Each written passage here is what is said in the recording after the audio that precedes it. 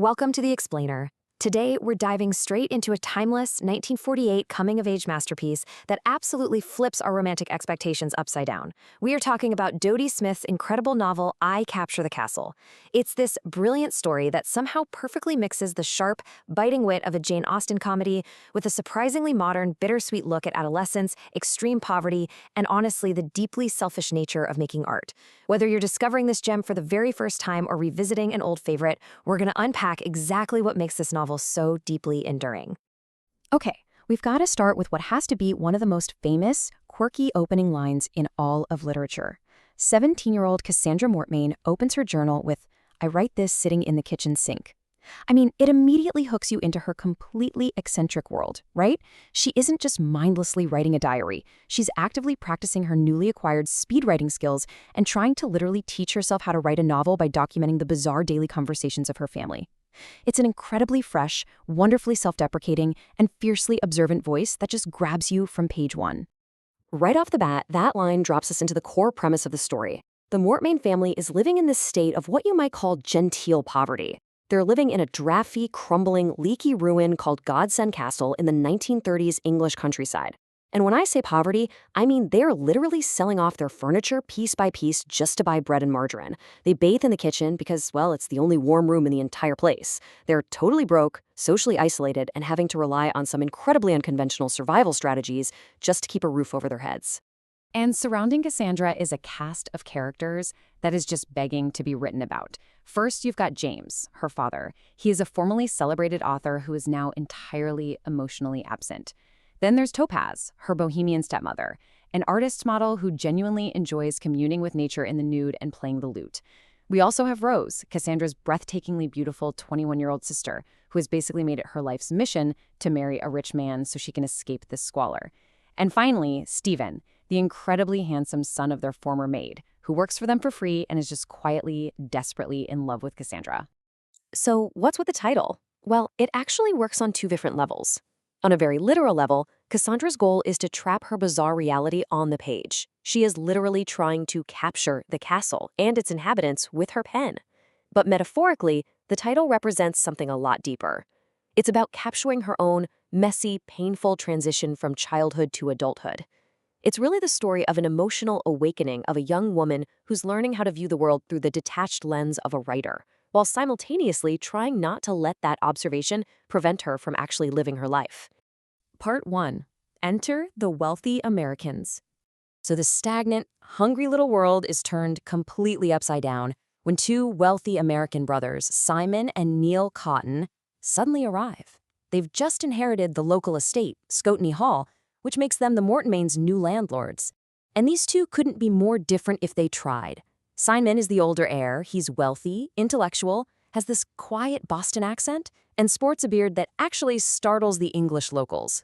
Neil is the younger brother, raised out in California, much more rugged, cynical, and just itching to get back to the U.S. to run a ranch.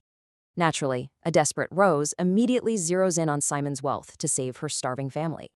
She plays up the whole enchanting English Rose routine, even though her initial, kind of amateurish flirting absolutely repels Neil, who just writes her off as a calculating gold digger.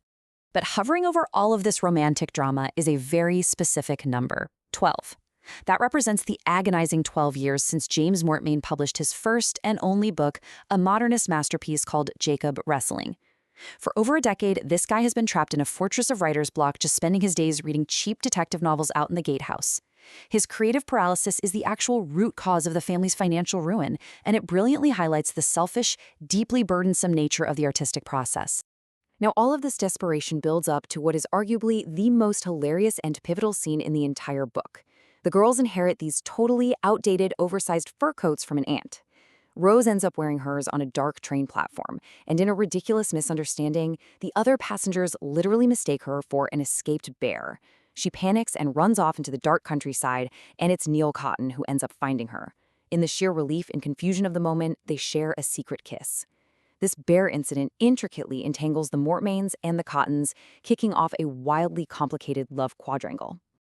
Part 2. Love, Reality, and Growing Up. Now, you might think you know where this is going, right? Cassandra is constantly name-dropping Jane Austen and the Bronte sisters in her journal, almost waiting for her life to play out like a neat 19th century romance. But Dodie Smith totally flips the script. She purposefully crafts a narrative where reality is much, much messier than fiction. Which brings us to the ultimate question. Will Rose marry for money or for love? Because actually, she does successfully secure an engagement to Simon. On paper, it's the perfect Victorian solution, but it builds this immense suspense because Cassandra secretly realizes something agonizing. She is entirely passionately in love with Simon herself. She completely hides her unrequited heartbreak just to protect her sister's chance at financial security, leaving us wondering what the true cost of this marriage of convenience is really going to be. But wait, because here comes a massive twist that literally shatters everyone's perfectly laid plans. After finally getting a taste of London high society and Simon's wealth, Rose realizes she just cannot marry a man she doesn't actually love. Instead, she and the cynical younger brother Neil realize they've been deeply in love this whole time. They completely blow things up and elope to America. This leaves Simon absolutely heartbroken, and it leaves our narrator, Cassandra, facing the terrifying prospect of confronting her own complicated feelings for a guy who was just jilted by her own sister. Meanwhile, back at the castle, Cassandra and her stepmother, Topaz, decide they've had enough of the father's writer's block and resort to some extreme measures. In a desperate act of faith in his talent, they literally lock James Mortmain inside the medieval Belmont Tower. They flat out refuse to let him out until he starts writing again. It's totally absurd, right? But it's also weirdly touching. And the craziest part? The shock treatment actually works. It forces him to finally confront his grief and his block, and he slowly starts piecing together a new formalist novel, which ultimately secures the family's financial future. So, going back to our Austen and Bronte expectations, a Victorian reader would totally expect Cassandra to swoop in, comfort Simon, and secure her own wealthy marriage. But Dodie Smith gives us a beautifully realistic, bittersweet reality instead. When Simon returns and invites Cassandra to come to America with him, she actually declines. She knows he's still mourning Rose, and she refuses to just be a consolation prize. Instead of choosing marriage for security, Cassandra chooses her independence. It's this wonderfully ambiguous, realistic conclusion where she realizes she has to step out from behind the safety of her journal and face the world entirely on her own terms. Part 3. The Woman Behind the Castle.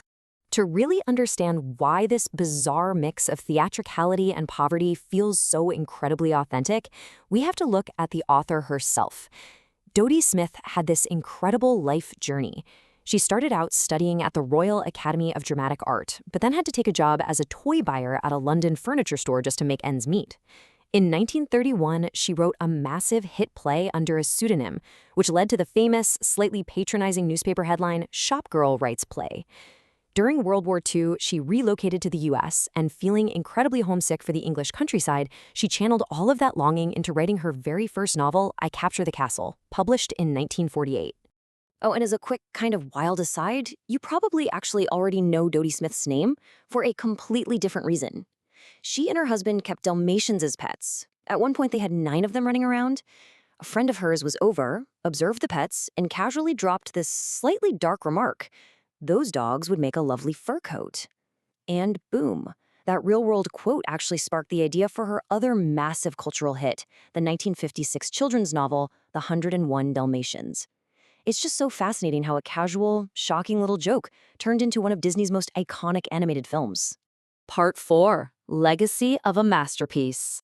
This story is so enduring that it successfully made the leap to the big screen in a fantastic 2003 film adaptation directed by Tim Fightwell. The movie absolutely nailed the quirky, melancholy tone of the book, and the cast is just stacked. You've got incredible performances by Romola Garai as our narrator Cassandra, Rose Byrne as the ambitious Rose, a totally pitch-perfect Bill Nighy as the blocked father James, and even a young Henry Cavill playing the love-struck handyman Stephen. It really just proved that this story has serious, lasting pop culture relevance. And just to put into perspective how much people absolutely adore this story, back in 2003, the novel was voted number 82 on the BBC's The Big Read, which was this massive public poll to find the entire nation's 100 best-loved novels. It consistently resonates across generations, I think, because it just so perfectly captures the universal, often really painful comedy of growing up and figuring out who you are. Which really brings us to a provocative question, and it's the exact thought that Cassandra struggles with at the end of her journey. Are we ever truly able to capture life as it happens, or does the act of capturing it prevent us from actually living it? Throughout the whole novel, she uses her journal almost like a shield, observing her life rather than fully participating in it. And her ultimate beautiful realization is that you can't just capture life on a page. Eventually, you have to step out of the castle and live it, with all of its messy, unscripted heartbreak. Thank you so much for joining me for this explainer, and I highly, highly encourage you to go read or reread this spectacular novel for yourself.